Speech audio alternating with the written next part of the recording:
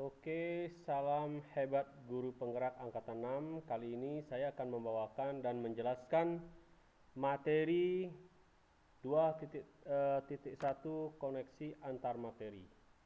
Oke, seperti apa materinya? Di sini nama saya adalah CGP Iwayan Swece SS dari SMKN 1 Tabanan.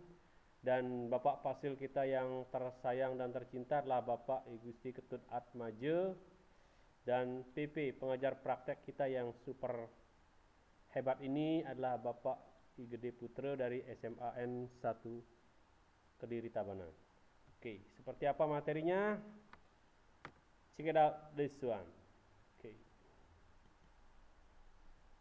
Oke, yang pertama, koneksi antar materi modul 2.1. Oke. Pertanyaan yang pertama, apa yang dimaksud pembelajaran berdiferensiasi? Lalu bagaimana hal ini dapat dilakukan di kelas? Oke, ini pertanyaan pertama. Kita lanjut. Oke. Menurut Tomlinson 2001-45, pembelajaran berdiferensiasi adalah usaha untuk menyesuaikan pembelajaran di kelas untuk memenuhi kebutuhan belajar setiap murid. Penjelasan yang nomor 2, pembelajaran berdiferensiasi adalah serangkaian keputusan masuk akal or common sense yang dibuat oleh guru yang berorientasi pada kebutuhan murid. Next. Penerapan pembelajaran berdiferensiasi. Yang pertama, menentukan tujuan pembelajaran. Yang kedua, menganalisis kebutuhan belajar dengan melakukan assessment diagnostik kognitif atau non-kognitif berdasarkan 3 aspek, yaitu readiness, minat, profil pelajar murid. Nomor 3, menganalisis persiapan 3 strategi pembelajaran berdiferensiasi yang terdiri dari konten, proses, dan produk. Yang keempat, mengimplementasikan pembelajaran berdiferensiasi dalam konteks pembelajaran di kelas. Nomor 5, melakukan assessment pembelajaran yang disesuaikan dengan tujuan pembelajaran sesuai dengan kebutuhan murid. Nah, inilah 5 tindakan penerapan pembelajaran berdiferensiasi. Lanjut berikutnya. Okay. The next question. Bagaimana pembelajaran berdiferensiasi dapat memenuhi kebutuhan belajar murid dan dapat belajar secara optimal? Oke, kita discuss di slide ini. Oke, caranya, guru dapat memetakan kebutuhan berdasarkan 3 aspek. Yang pertama, ada kesiapan belajar. Dalam kesiapan belajar, guru perlu melihat kesiapan belajar murid untuk mengetahui kapasitas murid mempelajari materi, konsep atau pengetahuan baru. Nomor 2, ada minat belajar. Dalam minat belajar, guru memberikan pilihan pada muridnya untuk belajar sesuai dengan minatnya. Belajar sesuai minatnya dapat meningkatkan minat belajarnya. Nomor 3, profil pelajar murid. Guru memberikan kesempatan pada murid untuk belajar secara mandiri dan efisien bergantung dari gaya belajarnya, kecerdasan majemuknya, budaya, dan lingkungannya. Lanjut.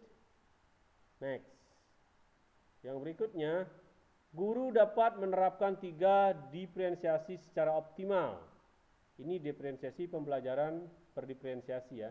Yang pertama ada konten. Dalam konten, guru perlu menyesuaikan materi atau konten pembelajaran dengan kebutuhan belajar murid yang beragam, mempertimbangkan dari pemetaan kebutuhan yang terdiri dari kesiapan atau readiness, minat, dan profil pelajar murid.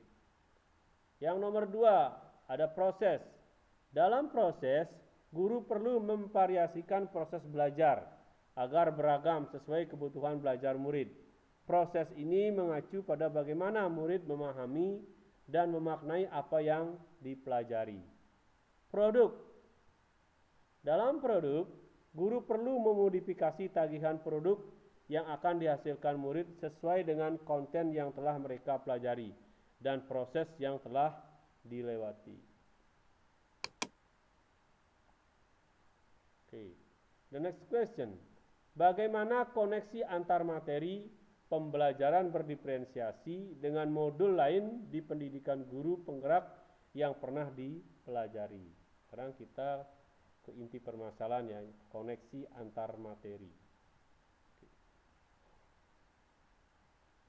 Nah, dalam pembelajaran calon guru penggerak ini di modul 1.1 itu ada filosofi Ki Hajar Dewantara, yang 1.2 ada nilai dan peran guru penggerak, yang 1.3 visi guru penggerak, 1.4 budaya positif, dan 2.1 pembelajaran berdiferensiasi. Semua modul ini akan bermuara kepada keberpihakan pada murid, yang notabene kita harus bisa mencetak seorang murid berprofil pelajar Pancasila. Oke, seperti apa koneksi antar materinya kita akan bahas satu per satu. Oke. Keterkaitan antar materi. Di modul 1.1 filosofi Ki Hajar Dewantara. Dalam filosofi tersebut, pendidikan adalah menuntun segala kebutuhan kodrat yang ada pada anak-anak agar mereka sebagai manusia maupun anggota masyarakat dapat mencapai keselamatan dan kebahagiaan yang setinggi-tingginya. Tugas kita sebagai guru adalah menyediakan lingkungan belajar yang memungkinkan setiap anak untuk dapat tumbuh dan berkembang secara maksimal sesuai kodratnya masing-masing, dan memastikan dalam prosesnya anak-anak merasa selamat dan bahagia. Dua keterkaitannya dengan materi, dengan pembelajaran berdiferensiasi adalah sebagai seorang pendidik, guru dapat memenuhi kebutuhan belajar murid melalui pembelajaran berdiferensiasi yang dapat mengakomodir keberagaman siswa melalui pemetaan kesiapan, minat dan profil pelajar, sehingga dapat mewujudkan pembelajaran yang berpihak pada murid. Lanjut, koneksi berikutnya, keterkaitan antar materi, itu modul 1.2, nilai dan peran guru penggerak. Dalam nilai dan peran guru penggerak, itu terkandung nilai mandiri, reflektif, inovatif, kolaboratif, dan berpihak pada murid. Nah, inilah nilai-nilai dari guru penggerak. Dalam nilai tersebut, dalam proses menuntun guru harus selalu berpikir dari pertanyaan, apa yang murid butuhkan, dan apa yang bisa saya lakukan agar proses belajar menjadi lebih baik. Mewujudkan kepemimpinan pada murid. Nah, ini adalah peran guru penggerak ya. Guru membantu murid dalam belajar, mampu memunculkan motivasi murid untuk belajar, juga mendidik karakter murid di sekolah. Keterkaitannya dengan pembelajaran berdiferensi, sebagai seorang pendidik, guru dapat memenuhi kebutuhan belajar murid melalui pembelajaran berdiferensiasi yang dapat mengakomodir keberagaman siswa melalui pemetaan kesiapan atau readiness, minat, dan profil belajar murid, sehingga dapat mewujudkan pembelajaran yang berpihak pada murid. Next. Oke. Masih di koneksi antar materi, sekarang di visi guru penggerak. Di modul 1.3 visi guru penggerak. Guru dapat menggunakan pendekatan inquiry appreciative atau IA melalui tahapan bagja yang terdiri dari B itu adalah buat pertanyaan terkait pemetaan kebutuhan siswa, yang A or E ambil pelajaran terkait yang sudah pernah dilakukan. Nomor G, gali mimpi tentang kondisi ideal yang akan terjadi dalam proses pembelajaran. Nomor J, jabarkan 3 strategi berdiferensiasi.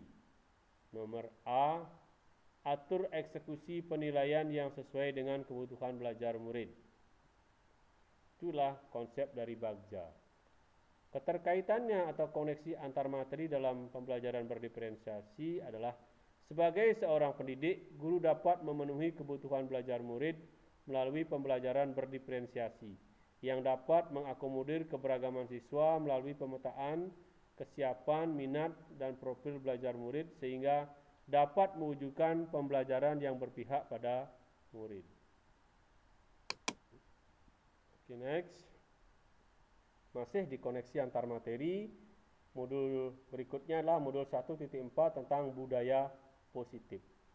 Penerapan pembelajaran berdiferensiasi di sekolah akan membentuk budaya positif dengan posisi kontrol guru sebagai manajer. Guru membantu membuat siswa merasa dihargai dan memiliki keterkaitan antar dirinya dengan guru dan teman di kelasnya, sehingga siswa merasa bagian dari kelasnya. Koneksi atau keterkaitan antar materi dengan pembelajaran berdiferensiasi. Sebagai seorang pendidik, guru dapat memenuhi kebutuhan belajar murid melalui pembelajaran berdiferensiasi yang dapat mengakomodir keberagaman siswa melalui pemetaan kesiapan, minat, profil pelajar murid sehingga dapat mewujudkan pembelajaran yang berpihak pada murid. Oke. Di sini ada kesimpulan antar materi. Kesimpulan yang dapat saya tarik di sini, pembelajaran berdiferensiasi sangat erat kaitannya. Yang pertama, dengan proses pembelajaran yang berpihak pada murid sesuai dengan filosofi Ki Hajar Dewantara. Yang kedua, nilai-nilai yang melekat pada guru yaitu mandiri, reflektif, inovatif, kolaboratif, dan berpihak pada murid merupakan komponen-komponen utama dalam mewujudkan pembelajaran berdiferensiasi. Nomor 3, murid sebagai subjek pembelajar yang beragam harus terlayani dengan baik melalui visi dan misi yang baik pula. Nomor 4, pembelajaran berdiferensiasi merupakan bagian dari budaya positif. Oke, itulah kesimpulan yang dapat saya tarik. Oke, dengan berakhirnya kesimpulan tersebut, saya ucapkan terima kasih banyak atas perhatian dari penjelasan materi ini. Thank you.